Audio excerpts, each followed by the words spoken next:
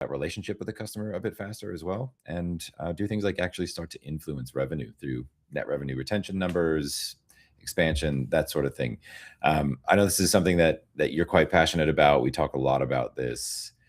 See this is a huge opportunity for SaaS teams to bring support into that revenue fold, I think. So that's what we're going to talk about today. You and I were just talking off camera about what the real opportunity is here. In your words, what is that? Well, I think the reality is, I think customer support is changing, and we know that with AI. And so we know that deflection has always been the name of the game. We always know closing Mm, fast has always been the name of the game. But I think when we're moving into this world where the chance to talk with your customer is actually getting harder and harder, I think that's where support can actually help to start to make a difference for you. So I think we have to actually think about support very differently. And I think the roles of support and success and that are actually going to merge as AI starts to help us solve stuff and change the way, when it can start to change your account plans and all of that sort of stuff, not just giving you a bit of information, but we can actually start doing things. I think it actually then moves the conversations that we have with between a support person and a customer can be actually a bit deeper and a bit richer, which is not the way we think about it at all at the moment. yeah, I mean, I should say too. I apologize for my voice. Um, been taking jujitsu, and we had choking practice yesterday, so And that's been I fun. argue that Yeah. sometimes in support you're feeling choked, so it's perfect. You've got a husky voice because you've been choked at I've support. been You've been joking. overwhelmed and choked. But I digress. Shoving support tickets down my throat. Yeah. Yeah.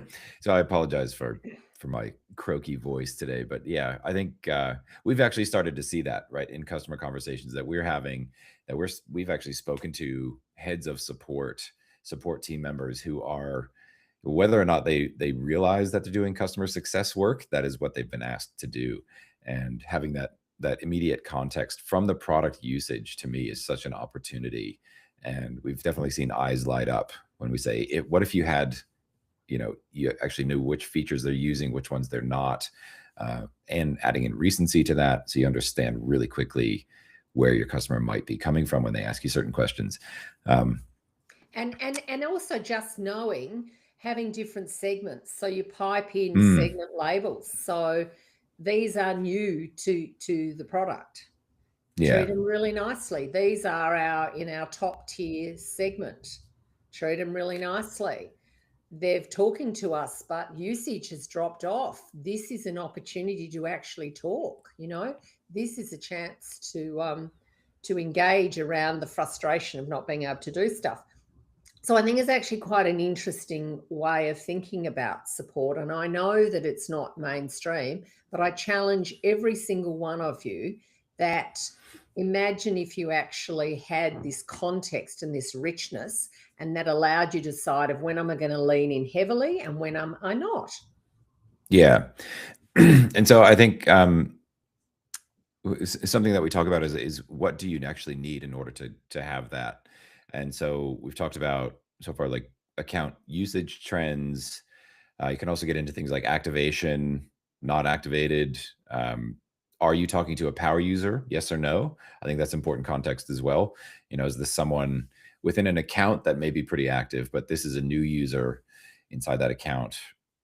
Have they sort of figured this out? Are they activated themselves, even if account level it all looks good? This user may not be that Yeah. familiar with your product. So all that context really just adds a lot of color, doesn't it, to that conversation that you're having? And I think it takes you from that. We had a conversation just last week with someone that had, I think she said she had 15 tabs open. She's trying to resolve a customer issue quickly, right? And if you're bouncing between tabs, trying to interpret what a dashboard means on this screen versus what it means on that screen, by the time you end up back on your, like in Jira Service Management, you're Oh, probably a lost anyway. person's wandered off. Yeah. They've wandered off. They've wandered off. I mean, the reality, just the ability to know if a user's gone dark is gold. the ability, if they're a power user, is gold. You actually can start to help marketing going, would you be prepared to, or the product manager, would you be prepared to talk more about this? This is a Mm. new feature. You seem to be using it a lot. How's it going? Would you be prepared to talk to someone? Yeah, yeah. Yeah. I think that always used to work pretty well. I know you were really good at bringing in the product team to have those conversations, and people really enjoyed that, didn't they? Mhm. Like Oh, having that we have opportunity. such loyal customers, such loyal customers. To me, support is just such a wonderful opportunity. But it's quite interesting when you flip it to the customer success people. Just to pivot slightly for the moment, when you pivot to the customer success people, often their day is they are actually being given stuff that really should be at support. So they're actually Mm, not having the time to work on support activities, sorry, on customer success, retention activities, because they're having to answer support queries. If you yeah. had, if you as a customer success person, you need to delegate, and if you can delegate off into support, knowing that they're going to be handled and understood, you would be much more comfortable with your VIP customers. Mm, So very often you get told as a customer success, do not take support question, deflect. And because otherwise you're never looking after any of your accounts, which is true.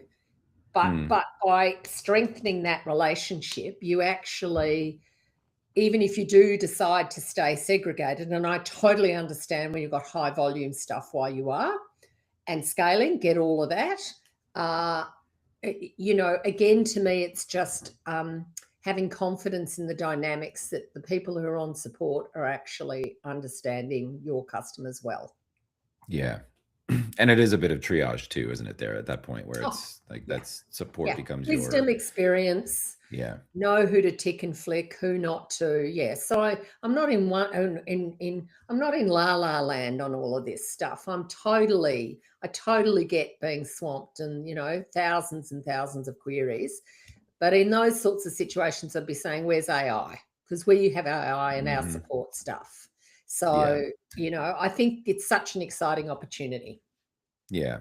So it really becomes I mean to the way that you're describing that to me that just sounds like you're sort of like the front line of the success team more than Yep. like a support person. So I know it is that blending of the roles, I think. And so how does how would leadership sort of approach that then? Like what would you say how would you structure your teams and what would that look like in practice if you're going to say like run that support level triage based off of signals like product usage, revenue, etc.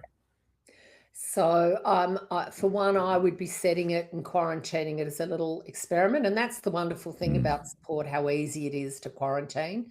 Take one good person, and remember, this is about changing the way you think about stuff.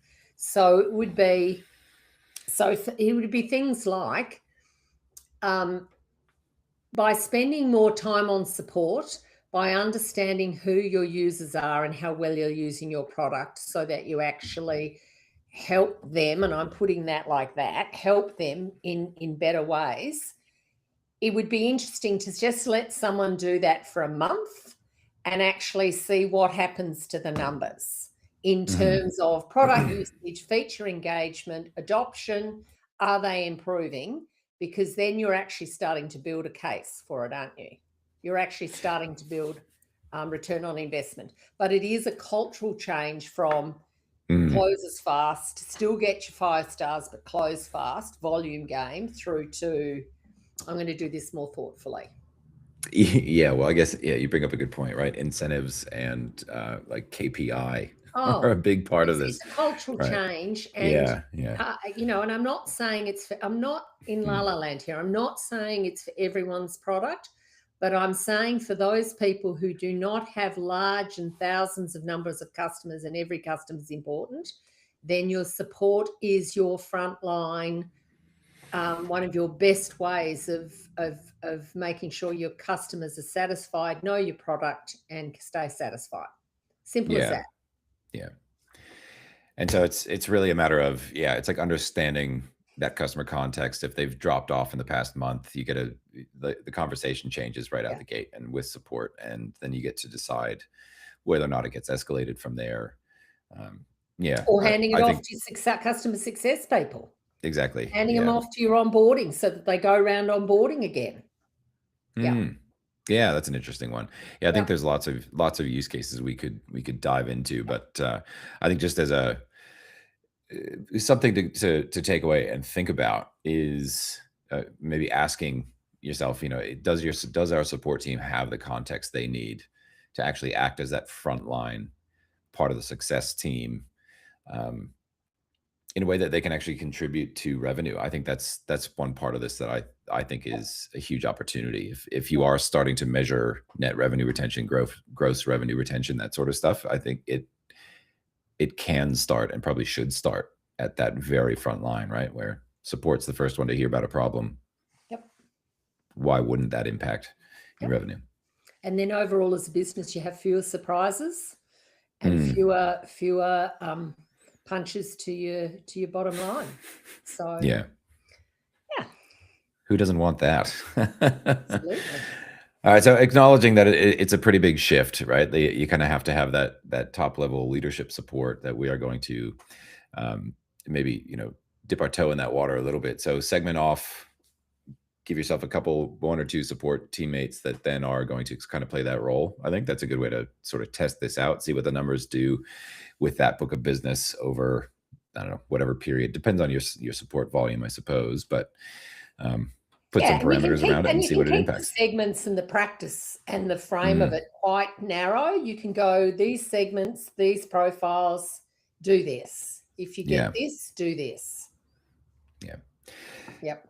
So yeah, start with the high value stuff. I think that would be a great place to start. Yep. And we've Yep. had a lot of those conversations where it's like even just picking like a number like 25 accounts, just Yep. start there and see what kind of impact that has on Yep. the business. Cool. All right. So that's the challenge for everyone today. If you're watching, yeah, what is support doing to contribute to revenue? Are they being that front line of customer success? Or do they have the context in order to do that? And I think that's that's sort of like the linchpin in this is, are you giving them the tools they need to be that person on the team? So AI support, product usage, king hit. that's it. All right. Thanks for tuning in. Thanks, Kate. We'll talk to you next time. See you later.